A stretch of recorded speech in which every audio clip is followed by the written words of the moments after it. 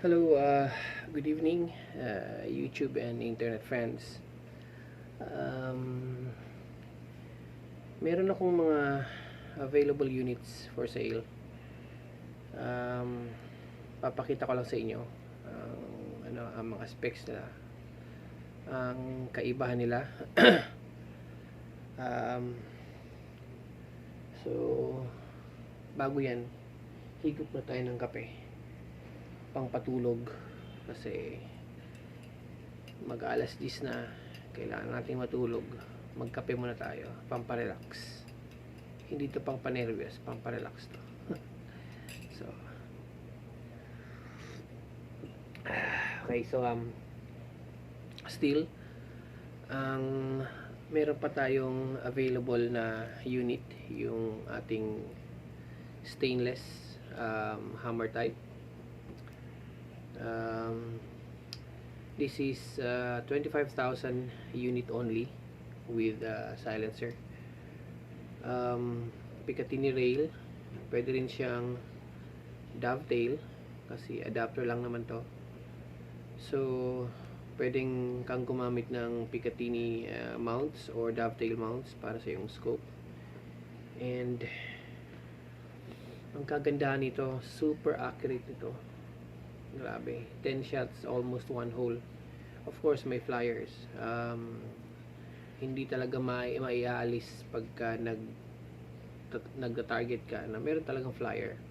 Unless gumamit ka ng mga premium pellets, yung sorted or weighed, or na-check mo na yung yung kanilang diameter, gauged. Pagka ginage mo kasi yung mga pellets is kinukuha mo yung mga pare-parehong diameter. Hindi kasi lahat the same ang diameter nila. Yung skirt, yung head, iba-iba. Kahit na galing sila sa isang molde.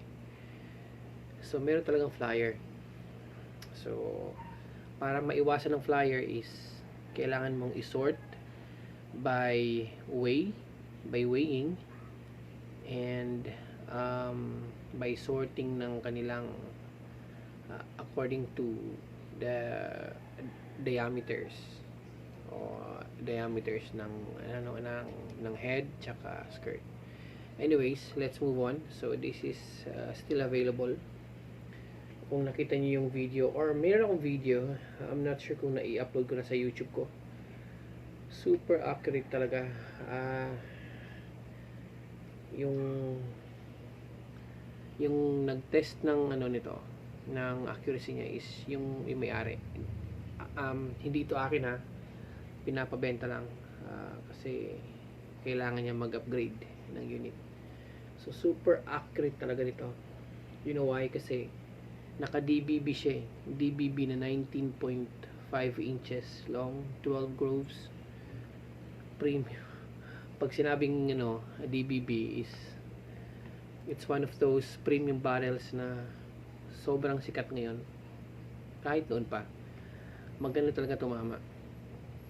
So 16 mm ang outside diameter ng barrel, 19.5 inches ang haba. Brass barrel, Davao brass barrel ang pangalan. And tactical folding bat, naka-fold yung bat niya, and it's tactical, hence the name, tactical folding bat. So ganyan pag fold. And then naka carbon fiber siya, carbon fiber tank, 0.35 liters capacity. Ang service pressure or kanyang pressure kung saan mo pwedeng, or yung maximum pressure na pwede mong gamitan nito ay 30 MPa, 30 megapascal, parang ganon, or equivalent to around 4,500 PSI ang kanyang service pressure. This was tested sa 50 MPa. So imagine kung ang 30 MPa is equals to 4,500 PSI service pressure. Yung test pressure nito, or kung yung pressure kung saan siya tinest is 50 MPa. Do the math. kayo na lang mag-convert.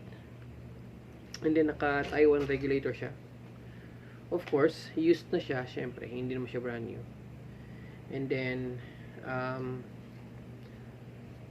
stainless ang kanyang receiver, stainless hammer. Tapos T6 ang lower receiver niya. So kayang-kaya niyang mag one hole 10 shots at 30 meters.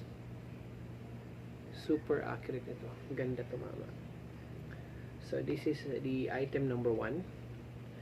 And also, meron din akong isa pang available, yung signature PCP ni Harvey the Air Gunner, ang Unano.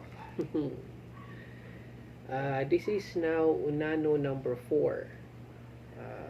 Unano number 1 ay napunta sa La Union. Unano number 2 ay Sultan Kudarat.